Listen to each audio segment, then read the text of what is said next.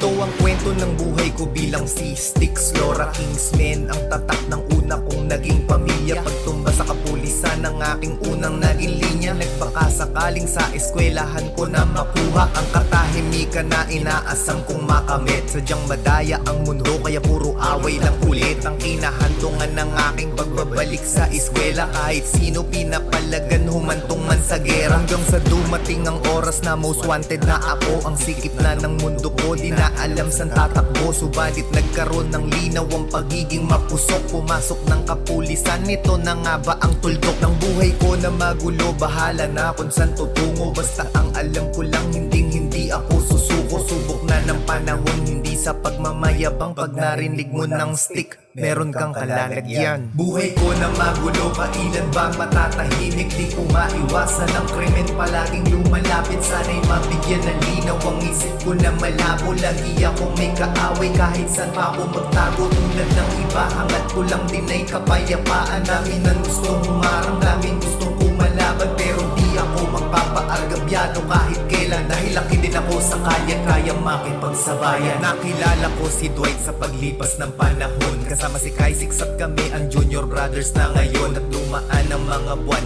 nakilala ko ang Triad. Sumapi na kami sa kanilang pamamalakad. Solidong samahan, buo loob, walang duwag. Yung sikip ng aking mundo ngayon sumobra sa luwag. Subalit minsan napaisip ako na para bang may kulang sa aking buhay. Kailangan ko na lang ang kasintahan. Yung babae na kasama ko sa hirap at ginhawa, tinupad agad ang hiling ko na siya'y aking makita. Ang babaeng balang araw nakatuwang ko sa Islora ay nahanap ko na at kanyang pangalan nga ay Kia. Magmula noon nasabi kong ako'y kumpleto na. Sa araw-araw iniisip kong ako'y kontento na. Subok na to ng panahon, hindi sa pagmamayabang. Pag narinig mo ng stick, meron kang kalalagyan. Buhay ko na magulo, kailan ba matatahimik? Di ko maiwasan ang krimen, palaging lumalapit. Sana'y mabigyan ng linaw ang isip ko na malabo. Lagi akong may kaaway kahit saan pa ako magtago. Tulad ng iba, hangat ko lang din ay kapayapaan. Dami ng gustong humarang, daming gustong kumalaban. Pero di ako magpapaargabyado kahit kailan. Dahil laki din ako sa kanya, kayang makipagsabayan. Buhay ko na magulo, kailan ba matatahimik? Di ko maiwasan ang krimen, palaging lumalapit. Sana'y mabigyan ng linaw ang isip ko na malabo. Lagi ako may kaaway kahit saan pa ako magtago. Tulad ng iba, hangat ko lang din ay kapayapaan. Dami ng gustong humarang, daming gustong kumalaban. Pero di ako